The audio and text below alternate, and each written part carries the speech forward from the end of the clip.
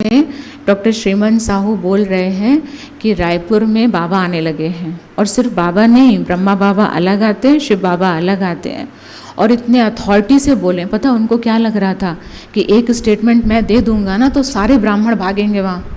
और मैं ब्राह्मणों के कमेंट सुन सुन के तो इतनी गदगद हो रही थी, मैं बता नहीं सकती आपको। उन्होंने पता है क्या बोला, मैं 36 साल से 31 साल मेरा अमृत वेला कभी मिस नहीं हुआ, पांडव भवन में रहने वाले, क्या मैं अपने बाप को नहीं जानता? मैं जानता हूँ। जब भगवान कराची से भारत आए तो डिंडोरा पीठ के थोड़ी आए थे, पहचानने वालों ने पहचान लिया। फिर जब बाबा पांडव भवन से शांतिवन में आए तो डिंडोरा पीठ के थोड़ी आए थे, पहचानने, मतलब इस तरह से कन्विंस करने में लगे थे।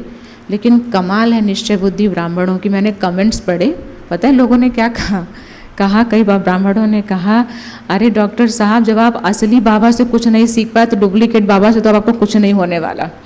दूसरे किसी ने कहा कि 36 साल आपकी तपस्या इतनी सब भंग हो गई डॉक्टर साहब, हे भगवान इनको सद्बुद्धि दो, आप वापस लौट आओ, हम आपके लिए योग कर रहे हैं। ऐसे ज़बरदस्त निश्चय बुद्धि आत्माओं के कमेंट्स हैं।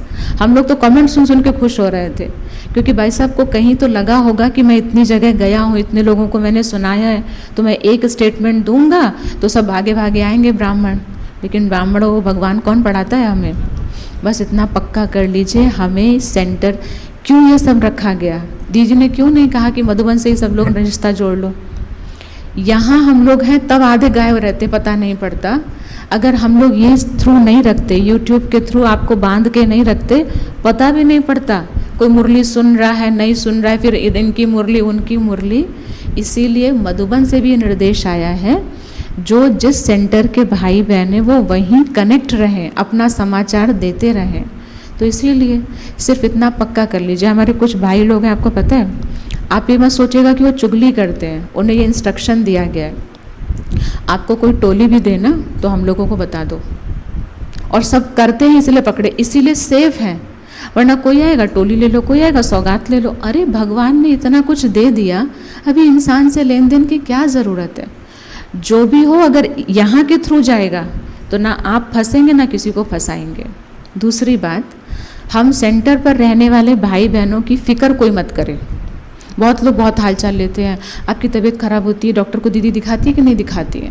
अरे ऐसे आपसे तो हम ठीक ही हैं, आप तो तन से भी बीमार मन से भी बीमार, हम कैसे हैं?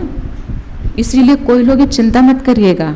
शुभ चिंतक बनना है तो डायरेक्ट हमसे पूछिएगा, आगे इनसे उनसे मत पूछिएगा।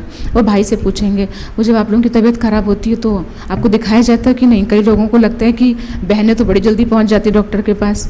अब दादी जानकी जी में और हम में फ़र्क है या नहीं? दादी जानकी जी को खांसी भी आएगी तो तुरंत उनका इलाज, और हम लोगों को खांसी आए, देखो दादी जानकी जी बड़ी है ना, वो पहले यज्ञ में आई थी खूब सारा माल लेके, एक खांसी भी उनको पूछ लिया, हम 4 दिन से खांस रहे, हमें कोई दवाई नहीं दे रहा। अब जिसको सोचना है वो सोचे। लेकिन हम लोग बहुत सुखी हैं, तन से मन से धन से सब तरह से संपन्न हैं। हमारी अगर चिंता करनी तो डायरेक्ट इससे आके पूछेगा, ठीक है? इनसे उनसे मत